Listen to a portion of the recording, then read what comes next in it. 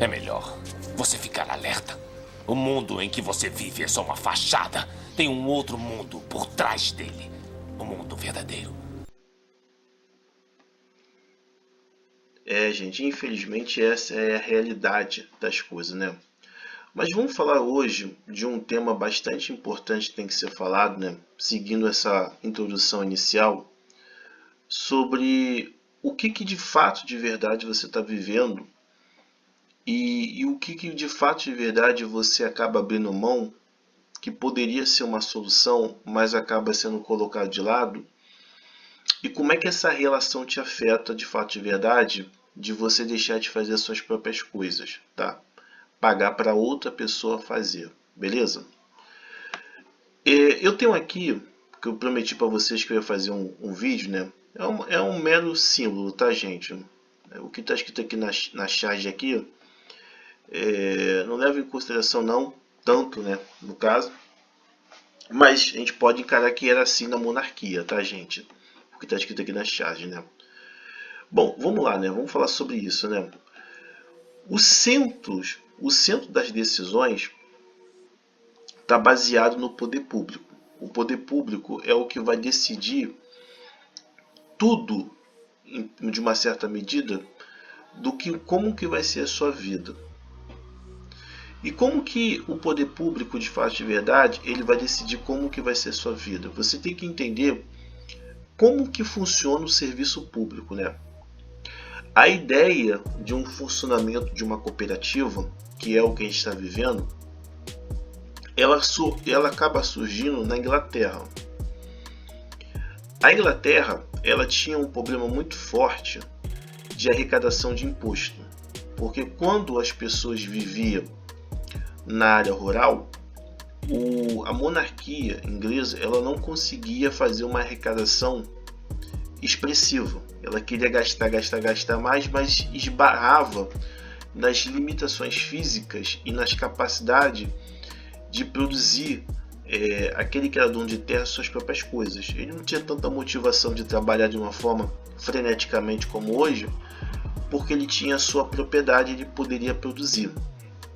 Então o que a monarquia ela se permitiu, através daqueles que vendia para fora, fazer para poder aumentar a arrecadação?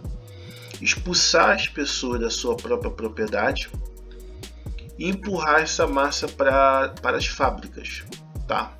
Que ali começou a primeira revolução industrial. Quando ela tira aquela galera da sua propriedade, ou permite, tá? E aquele pessoal vai tudo para o centro, ela consegue aumentar sua arrecadação de uma forma muito maior do que antigamente, né? Eu acho que depois eu vou trazer para você essa estatística de quanto, né? Não sei se era 6, 7 ou 10 vezes maior, ou 12 vezes maiores do que ela arrecadava. Como a Inglaterra naquela época, ela estava em expansão territorial, expansão de mercado, criando colônia, tinha a questão da escravidão, tinha a questão também do tributo das colônias, tinha a questão também de troca de mercadoria de outras nações, ou seja, as nações ainda não conheciam essa troca de mercadoria como hoje acaba acontecendo, com um pouco mais de intensidade, mas com mais equilíbrio, né? Porque cada um ainda mantém os seus costumes, a sua cultura dos seus produtos, tá? Ela conseguiu levantar muita arrecadação e, consequentemente, ela se tornou a Inglaterra, no século 17, 18, uma das nações mais poderosas no mundo, tá? Porque ela era uma máquina de expansão territorial, também de escravidão, e também porque ela conseguia importar para outros países o seu produto e aí fazer a troca ali na época de metálicos, né? No caso, ouro e prata. O que isso tem a ver com a realidade minha, sua e de todos que estão vivendo? Aí a gente vai chegar nesse ponto, e esse é a maior besteira que a gente cometemos, de não aprender a fazer nossas próprias coisas. Se você observar claramente, historicamente, o problema das grandes monarquias sempre foi a arrecadação. A Inglaterra, ela conseguiu resolver esse problema, que foi o quê? Expulsar as pessoas da propriedade e botar as pessoas para trabalhar fragmentado, né? Sobre uma profissão. Logo mais para frente isso acaba acontecendo com uma profissão, tá? Até então era só um trabalho sem qualificação profissional. Então o que acontece de fato de verdade, né? Quando o Brasil ele decide adotar também um trabalho de mercado, o que acontece de fato de verdade é que quando o governo ele começa a incentivar as pessoas a sair da área rural e ir para a área urbanizada, ele não estava melhorando a vida dele. Ele estava, desculpa, tá, gente? Barulho de carro aqui, são meia-noite, não tem jeito, tá? Quando o governo ele decide incentivar, né, as pessoas morar numa cidade urbanizada, concentrada, e decide incentivar o desuso da área rural, essa seria a palavra correta, ele estava resolvendo um problema de arrecadação. E, consequentemente, quando ele resolveu o problema de arrecadação, porque ele nunca conseguiu conviver com aquilo que ele tem, e no próximo explicação eu vou explicar essa questão, o que aconteceu de fato de verdade? Né? Ele conseguiu extrair muito mais do que ele extrairia se a pessoa produzir. Mas também ele colocou a sua fonte de receita, né, que são os seus pagadores para poder manter ele no poder, em total risco, né, de vida e de extinção, né, que acaba acontecendo hoje, né, ou seja, substituição do trabalho humano pela mecânica e pela eletrônica, e assim também o poder público deixar de existir, já que a fonte de arrecadação é de pessoas humanas, né, e não de mecânica e nem de eletrônica, né, porque não são seres humanos, né, aí estaria em conflito com muitas constituições do mundo se adotasse que a mecânica e a eletrônica também é um ser humano que tem direitos e deveres, tá? Então, basicamente, já está matando hoje aqui a sua arrecadação, porque não reconhece a grande maioria das leis do mundo. Então, quando ele passa a extrair de tudo aquilo que o ser humano precisa comprar na urbanização, ele passa a ter uma arrecadação muito grande. Uma vez que o homem já não produz as suas próprias coisas na sua propriedade, não faz as suas próprias coisas na sua propriedade, não cria, não faz os seus afazeres, e passa a ser dependente daquele salário para poder ter tudo aquilo que ele precisa. Então ele passa a arrecadar bastante. E foi o maior adianto para o poder público, né? Porque ele conseguiu ter a centralização da arrecadação da nação toda. Essa aí é a primeira parte de introdução para vocês entenderem. Então, consequentemente, aquela população, quando a gente vê nas primeiras greves e nas primeiras movimentações sociais, era justamente aquela situação que não dava para poder conviver com aquela realidade.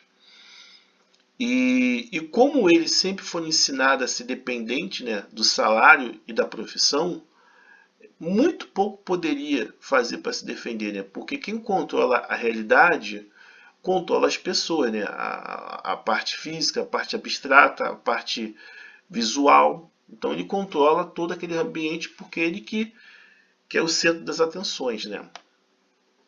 E o que tem isso a ver, essa arrecadação, né? E esse benefício que o poder público lhe teve em relação à nossa vida, tá?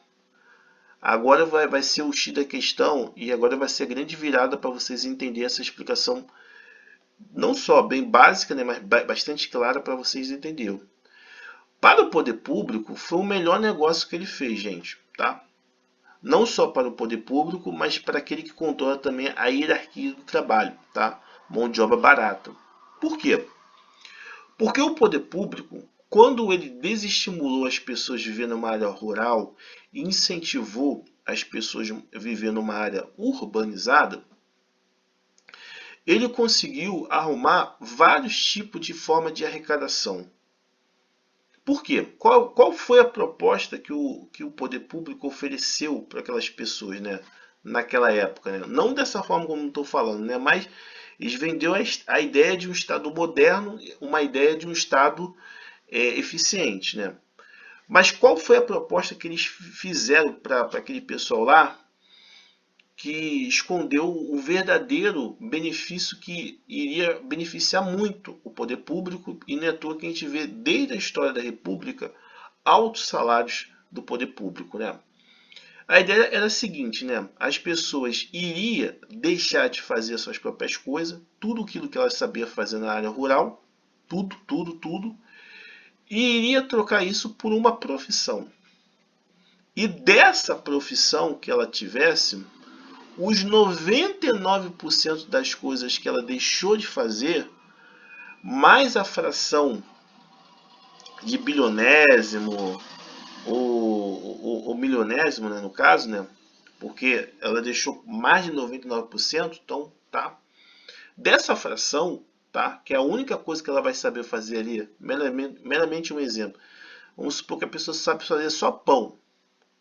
Ela teria que extrair naquela profissão de fazer só pão tudo aquilo que ela deixou de fazer para poder, através daquela profissão, ter as coisas que ela deixou de fazer. Então, o que aconteceu de fato de verdade? As pessoas ficaram dependentes do salário para que, através daquele salário, tudo aquilo que ela deixou de fazer, ela obter com um salário. Evidentemente, gente, que essa conta não fecha. Se a grande maioria das pessoas trabalha, tá, sonhando um dia se tornar rico e se tornando um dia se tornar bem de vida, nessa lógica, matematicamente é impossível disso acontecer. Por quê? Como que uma pessoa que só sabe fazer pão, ela vai ser rica? Essa conta não fecha.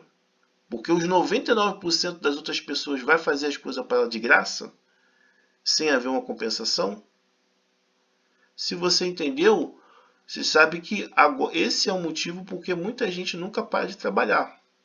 Por quê? Porque matematicamente os 99% a pessoa não vai conseguir extrair do seu único salário. A pessoa está presa.